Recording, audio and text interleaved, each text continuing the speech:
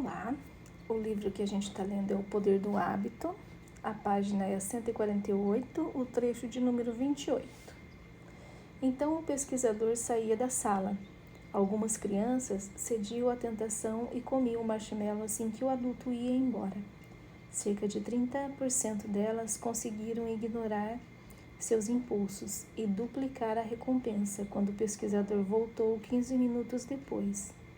Os cientistas, que estavam observando tudo por trás de um espelho falso, registravam cuidadosamente quais crianças tinham autocontrole suficiente para ganhar o segundo marshmallow.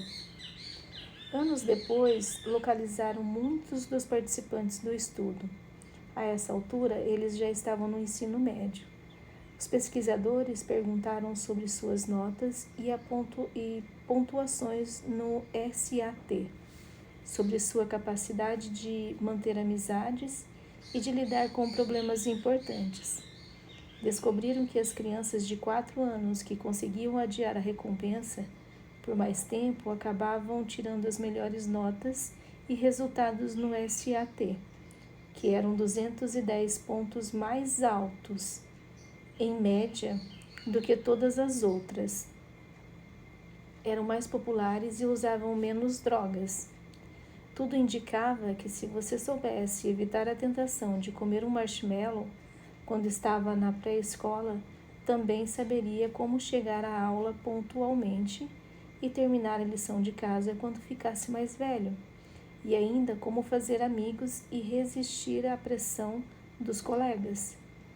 Era como se as crianças que ignoravam os marshmallows tivessem capacidades autorregulatórias que lhes proporcionassem uma viagem ao longo de toda a vida. Cientistas começaram a realizar experimentos semelhantes, tentando descobrir modos de ajudar as crianças e a aumentar suas capacidades autorregulatórias. Descobriram que lhes ensinar truques simples como distrair-se fazendo um desenho ou imaginando uma moldura em volta do marshmallow para que parecesse mais uma foto e menos uma tentação real, ajudava-lhes a aprender o autocontrole.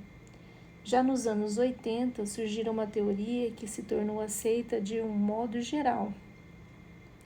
A força de vontade é uma habilidade que se pode aprender, algo que pode ser ensinado, assim como as crianças aprendem matemática e a dizer obrigado. Mas as verbas para esses estudos eram escassas. O tema de força de vontade não estava em voga. Muitos dos cientistas de Stanford mudaram para outras áreas de pesquisa.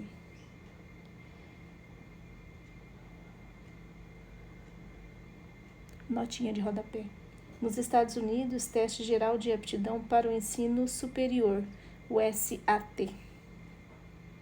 Interessante. Aqui no Brasil tem? Não sei, deve ter alguma coisa, mas é sempre muito difícil de se chegar. Essa informação não é divulgada, porque eu adoro teoria da conspiração. Eu acho que é viável para os poderes que a população seja burra. Ai, desculpa a minha opinião. Vamos voltar para o livro. Bom, no entanto, quando um grupo de doutorandos em psicologia da Case Western, um dos quais se chamava Mark Muraven, descobriu esses estudos no meio da década de 90. Começaram a fazer perguntas que os pesquisadores anteriores pareciam ter deixado sem resposta. Para Muraven, este modelo de força de vontade como habilidade não era uma explicação satisfatória. Uma habilidade, afinal, é algo que permanece constante de um dia para o outro. Se você tem a habilidade de fazer um omelete na quarta-feira, ainda saberá fazê-la na sexta-feira. Na experiência de Muraven, no entanto, a sensação era de que ele se esquecia de exercer sua força de vontade o tempo todo. Havia noites em que voltava do trabalho e não tinha dificuldade alguma de sair para correr. Em outras, não conseguia fazer nada além de deitar no sofá e assistir a televisão. Era como se seu cérebro, ou pelo menos a parte responsável por fazer com que ele se exercitasse, tivesse esquecido como reunir a força de vontade necessária para que ele saísse de casa. Em alguns dias ele comia coisas saudáveis, e em outros, quando estava cansado, saqueava as máquinas de comida e se empanturrava de doces e batata frita. Se a força de vontade é uma habilidade, perguntava-se Muravin, então por que ela não permanece constante de um dia para o outro?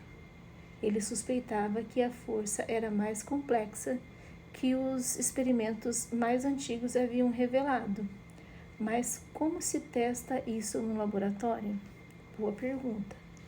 Quero saber, porque comigo acontece isso daí também. A solução de Muravin foi o laboratório contendo uma tigela de cookies. Vou ler de novo. A solução de Muravin foi o laboratório contendo uma tigela de cookies recém-assados e uma tigela de rabanetes. A sala era basicamente um closet com um espelho falso, equipada com uma mesa, uma cadeira de madeira, um sininho e um pequeno forno elétrico. 67 graduandos foram recrutados e instruídos a pular uma refeição. Um por um, os participantes sentaram-se diante das duas tigelas. O objetivo desse experimento é testar percepções de gosto, dizia uma pesquisadora para cada estudante, o que não era verdade. O objetivo era obrigar os estudantes, mas apenas alguns estudantes, a exercer sua força de vontade. Para isso, metade dos graduandos recebeu a instrução de comer os cookies e ignorar os rabanetes. A outra metade foi instruída a comer os rabanetes e ignorar os cookies. A teoria de Muravin era que ignorar cookies é difícil. Nossa, eu estou engasgando no ignorar. Ignorar cookies é difícil, exige força de vontade. Ignorar rabanetes, por outro lado, não exige praticamente nenhum esforço.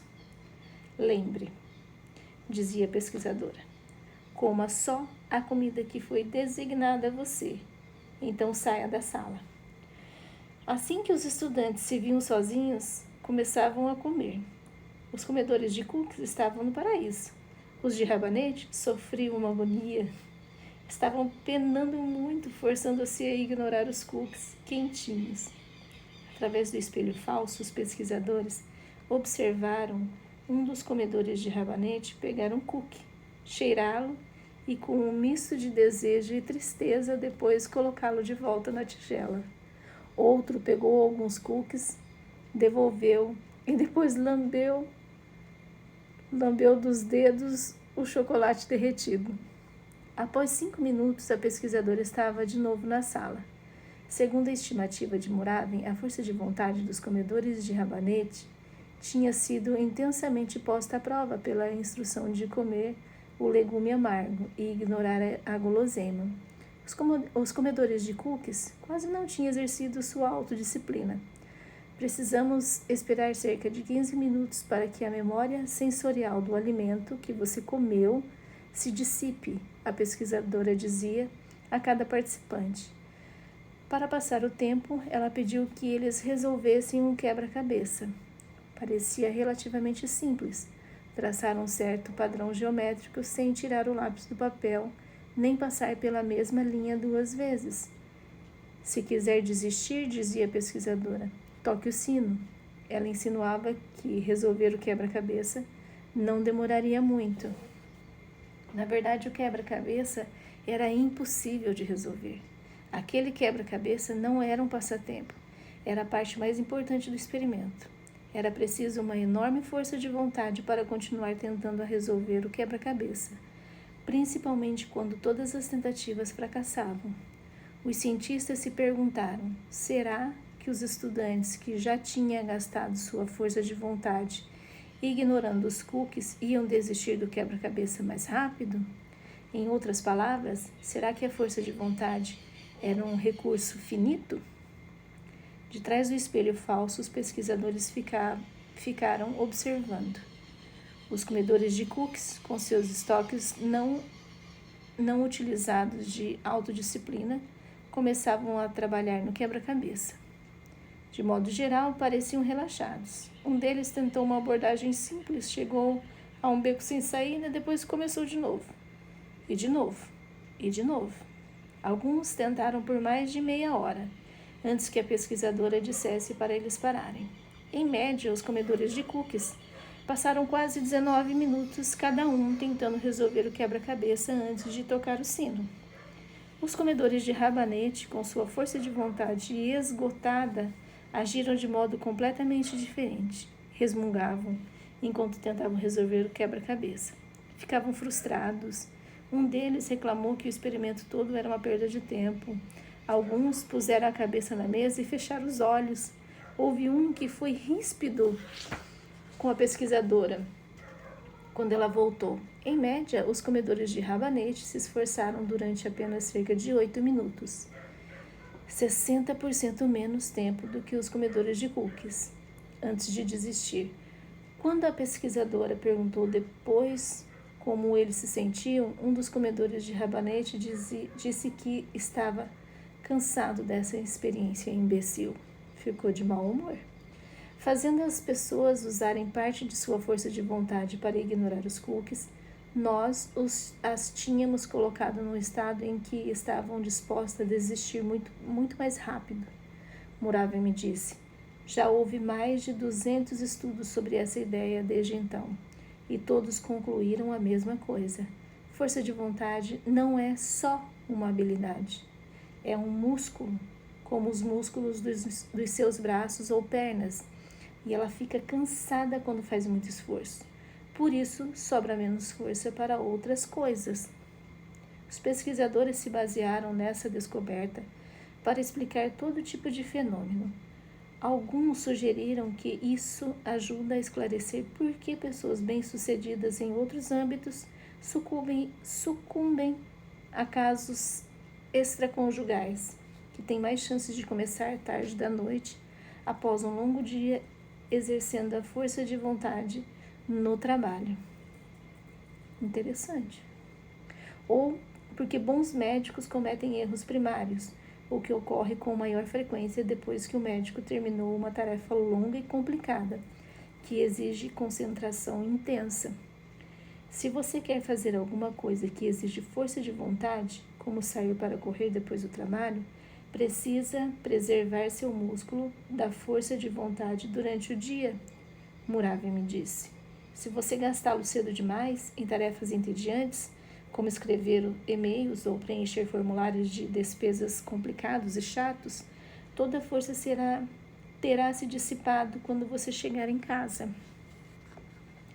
Mas até onde se estende essa analogia? Será que exercitar os músculos da força de vontade os torna mais fortes, do mesmo modo como usar halteres fortalece os bíceps? Interessante essa pergunta. Em 2006, 2 pesquisadores australianos, Megan Otten e Ken Cheng, tentaram responder essa pergunta criando um programa de exercícios de força de vontade. Eles inscreveram 24 pessoas com idades entre 18 e 50 anos num programa de exercícios físicos e, ao longo de 2 meses, submeteram-nas a um número cada vez maior de séries de levantamento de peso, de treinamento de resistência e de atividades aeróbicas. Semana após semana, as pessoas se forçavam a se exercitar com mais frequência, usando cada vez mais força de vontade, sempre que iam à academia. Depois de 2 meses, os pesquisadores esquadrinharam o resto da vida dos participantes para ver se o aumento da força de vontade na academia resultava numa maior força de vontade em casa.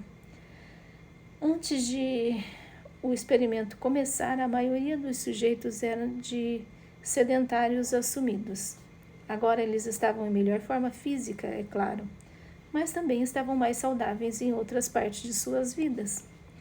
Quanto mais tempo passavam na academia, menos cigarros fumavam e menos álcool, cafeína e comida gordurosa consumiam. Estavam dedicando mais horas à lição de casa e menos à televisão. Estavam menos deprimidos. Talvez Outen e Cheng se perguntaram. Esses resultados não tivessem nada a ver com a força de vontade. Se o exercício apenas deixar as pessoas mais felizes e com menos fome de fast food.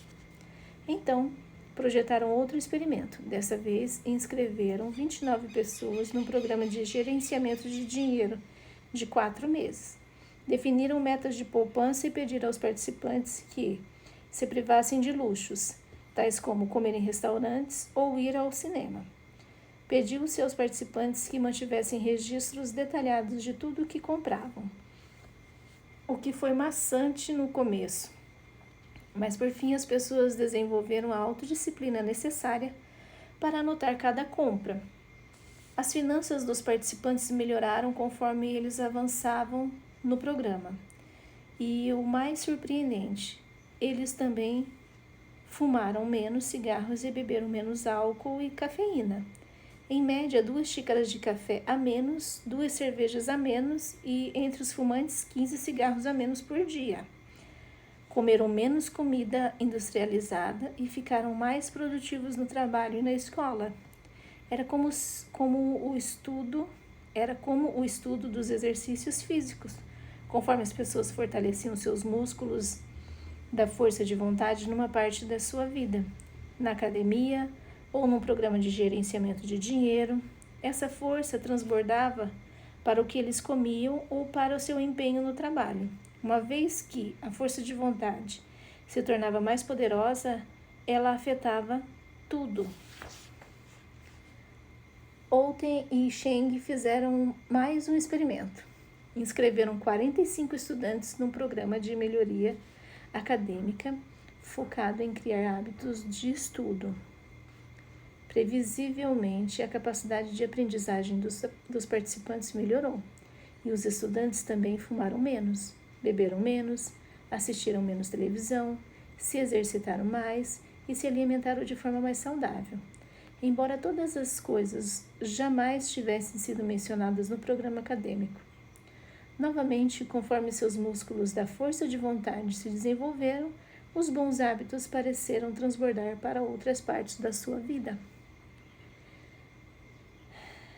Quando você aprende a se forçar a ir à academia, a começar uma lição de casa ou a comer uma salada em vez de um hambúrguer, parte do que está acontecendo é o que você está mudando, o modo como pensa, disse Todd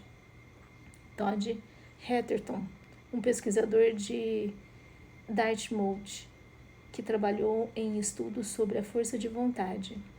As pessoas aprendem a controlar melhor seus impulsos, aprendem a se distrair das tentações, e uma vez que você entrou nesse suco criado pela força de vontade, seu cérebro tem prática em ajudar você a se concentrar no objetivo. Há agora centenas de pesquisadores que quase todas as principais universidades estudando a força de vontade. Há agora centenas de pesquisadores em quase todas as principais universidades estudando a força de vontade. Escolas públicas e independentes da Filadélfia, Seattle, Nova York e de outras cidades começaram a incorporar aulas de desenvolvimento da força de vontade aos seus currículos. Vou ficar por aqui e eu continuo no próximo áudio. A gente vê até o final, quase final da página 154. Até mais!